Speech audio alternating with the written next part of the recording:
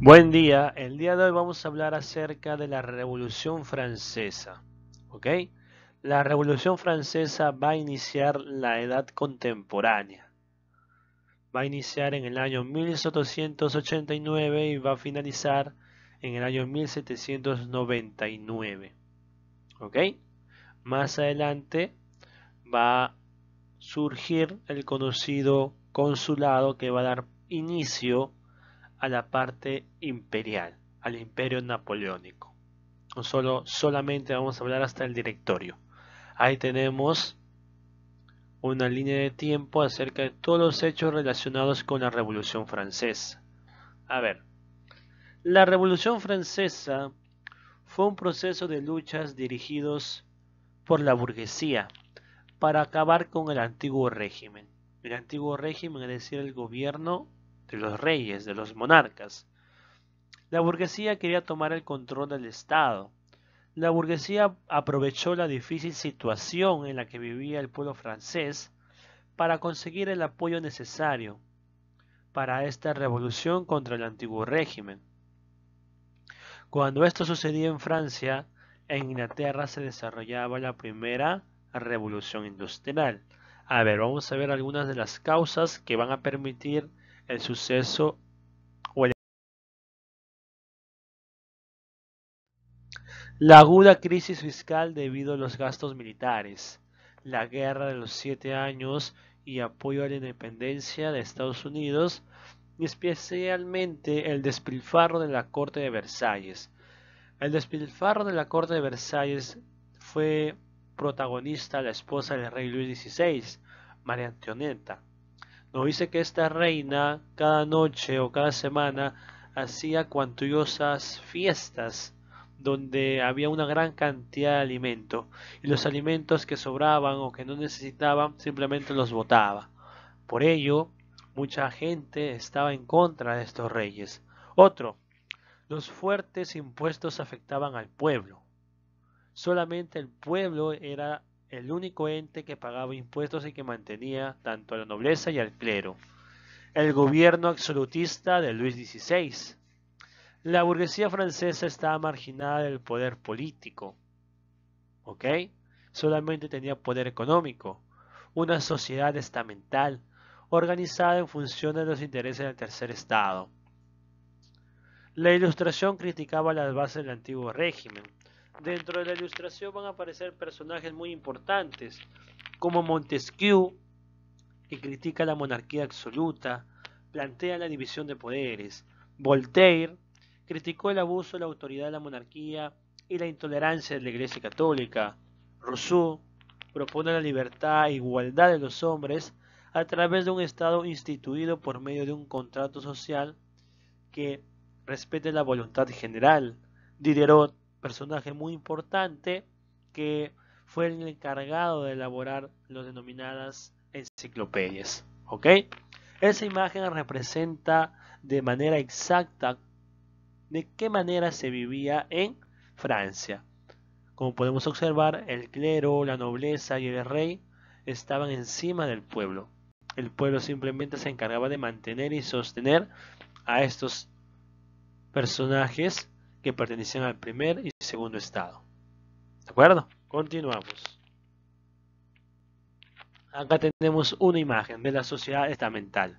El pueblo, conformado por la burguesía y los campesinos, era conocido como el tercer estado. Luego tenemos los privilegiados, el rey, la nobleza y el clero. De estos elementos, el único que pagaba impuestos era el pueblo, el tercer estado. Una causa más para el estallido de la Revolución Francesa. Continuamos.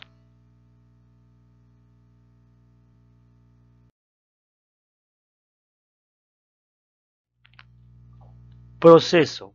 Vamos a hablar acerca de dos etapas muy importantes, la etapa monárquica y la etapa republicana.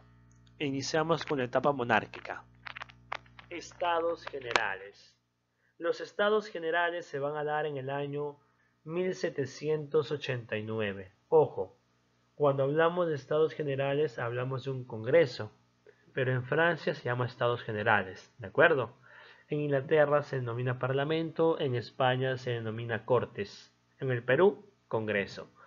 Pero hay una característica esencial para que se convoque a Estados Generales. Cuando hay alguna crisis económica, lo esencial es que se convoque a unos Estados Generales, de tal manera que el rey Luis XVI realice esa labor, convoca a los Estados Generales. ¿Para qué? Para buscar soluciones a la crisis económica que se vivía. El clero y la nobleza buscaron que se mantenga el voto por estado.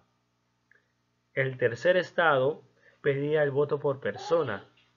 Esta asamblea fracasó por no llegar a acuerdos sobre el sistema de votación. El clero y la nobleza, al querer el voto por estado, siempre iba a ganar, pero el tercer estado quería que el voto sea por persona. Al ser el tercer estado el grupo social más abundante, iba a ganar siempre en las votaciones. Al no encontrar un acuerdo en el sistema de votación, deciden separarse. El tercer estado y algunos miembros de la burguesía deciden separarse y van a formar lo que es la Asamblea Nacional. ¿De acuerdo? El tercer estado se va a reunir en la sala del juego de la pelota y jura no separarse hasta dar una constitución para Francia.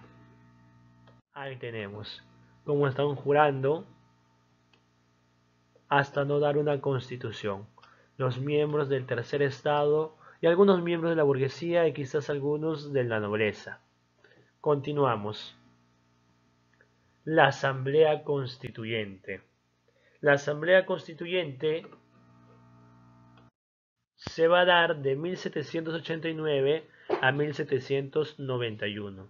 Ante los intentos represivos del rey y la destitución del ministro Necker, se produjo una movilización popular que va a acabar con la toma de la Bastilla, hecho que simboliza la Revolución Francesa. Ahí tenemos. La Bastilla era una prisión especialmente para los presos políticos. Entonces, al ser tomada, eso significa el inicio de la Revolución Francesa, un 14 de julio de 1789. ¿Ok? Se produce la etapa del Gran Miedo por la expansión descontrolada de la lucha campesina. La Asamblea va a suprimir los privilegios feudales, es decir, los señoríos feudales van a desaparecer. Se promulga la Constitución Civil del Clero. La Iglesia queda sometida al Estado y todas las propiedades de la Iglesia se van a secularizar, es decir, van a ser de propiedad del Estado. Se dio la Declaración Universal de los Derechos del Hombre y del Ciudadano, como podemos evidenciar en aquella imagen. Aquí se aseguró el derecho a la propiedad, con la cual la burguesía garantizó el respeto de sus bienes. Se aprueba la Constitución de 1791, en la que el rey conserva su título, pero su poder queda reducido. Esta Constitución se debía aplicar a través de una asamblea legislativa dirigida por la burguesía. Y aquí tenemos la asamblea legislativa.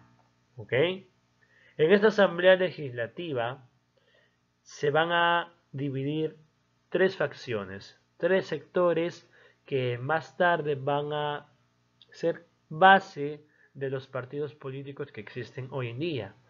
En la parte izquierda se encontraban los jacobinos o los montañeses, eran miembros muy radicales. En la parte derecha se encontraban los girondinos, miembros moderados, y en la parte del centro los fuldenses, personas que querían mantener la monarquía constitucional. Hoy en día los partidos de izquierda son los partidos más radicales. Todo eso se antecede a este momento, donde se separan esas facciones. Los de izquierda, los radicales, los del centro, y los de derecha, los moderados. ¿Ok? Austria y Prusia van a apoyar a Luis XVI, ya que eran familiares de la reina María Antonieta. ¿Por qué? Otra de las causas del apoyo van a ser el temor a que la expansión de aquella revolución afecte sus reinos. Por ello, se va a llevar a cabo una guerra. pero van a ser derrotados por el ejército francés en Valmy. ¿Ok? Se descubren las conspiraciones de Luis XVI con Austria y Prusia para acabar con la revolución. Debido a ello, se toma el Palacio de las Tullerías y se captura al rey y a su esposa María Antonieta. Ahí tenemos la toma del Palacio de Tullerías, es decir, la casa donde vivía el rey y su esposa. ¿De acuerdo? Acordada la abolición, la eliminación de la monarquía, se da un juicio al rey. La anulación de la constitución monárquica. Y con ello finalizamos la etapa monárquica e ingresamos a la etapa republicana. En la etapa republicana vamos a hablar acerca de dos puntos muy esenciales. La Convención Nacional, que va a iniciar desde el año 1792 a 1794. Ahí tenemos. Se crea la República y el rey Luis XVI es ejecutado. Ahí tenemos. Va a iniciar la Guerra de la Vendée entre los partidarios de la revolución y los contrarrevolucionarios. Los jacobinos, es decir, el sector radical, va a tomar el poder. Se va a iniciar el régimen del terror, liderado por Maximiliano Robespierre, apoyado por los sans-culottes, es decir, el pueblo revolucionario de París. Se aplicaron ejecuciones masivas a través de la guillotina. Muchas personas fueron ejecutadas, aproximadamente 40.000 personas ejecutadas por la guillotina. Se va a iniciar la reacción termidoriana, es decir, los girondinos van a desplazar a los jacobinos del poder y van a disolver la Convención Nacional y van a ejecutar a Robespierre. ¿Ok? Y con ello iniciamos la otra etapa, el directorio. Para que no surja otro personaje como Robespierre y se instaure un gobierno del terror, la alta burguesía francesa establece una forma de gobierno, una nueva forma, en la cual el poder ejecutivo está compuesto por un directorio de 5 miembros, 5 personajes. Se va a desatar un proceso de persecuciones contra los jacobinos, conocido como el Terror Blanco. Se produce la conspiración de los iguales, dirigida por François Beaufort, quien buscaba abolir la propiedad privada. Ante la crisis externa, formación de coaliciones extranjeras e interna, desborde popular, la alta burguesía llega al poder a Napoleón, personaje muy inteligente que había tenido cuantiosas victorias en las guerras internacionales. Entonces Napoleón va a realizar un golpe de estado y con Napoleón va a iniciar el consulado y posteriormente el imperio napoleónico, pero ese es otro tema. Y de esa manera culminamos la clase del día de hoy. Hasta luego.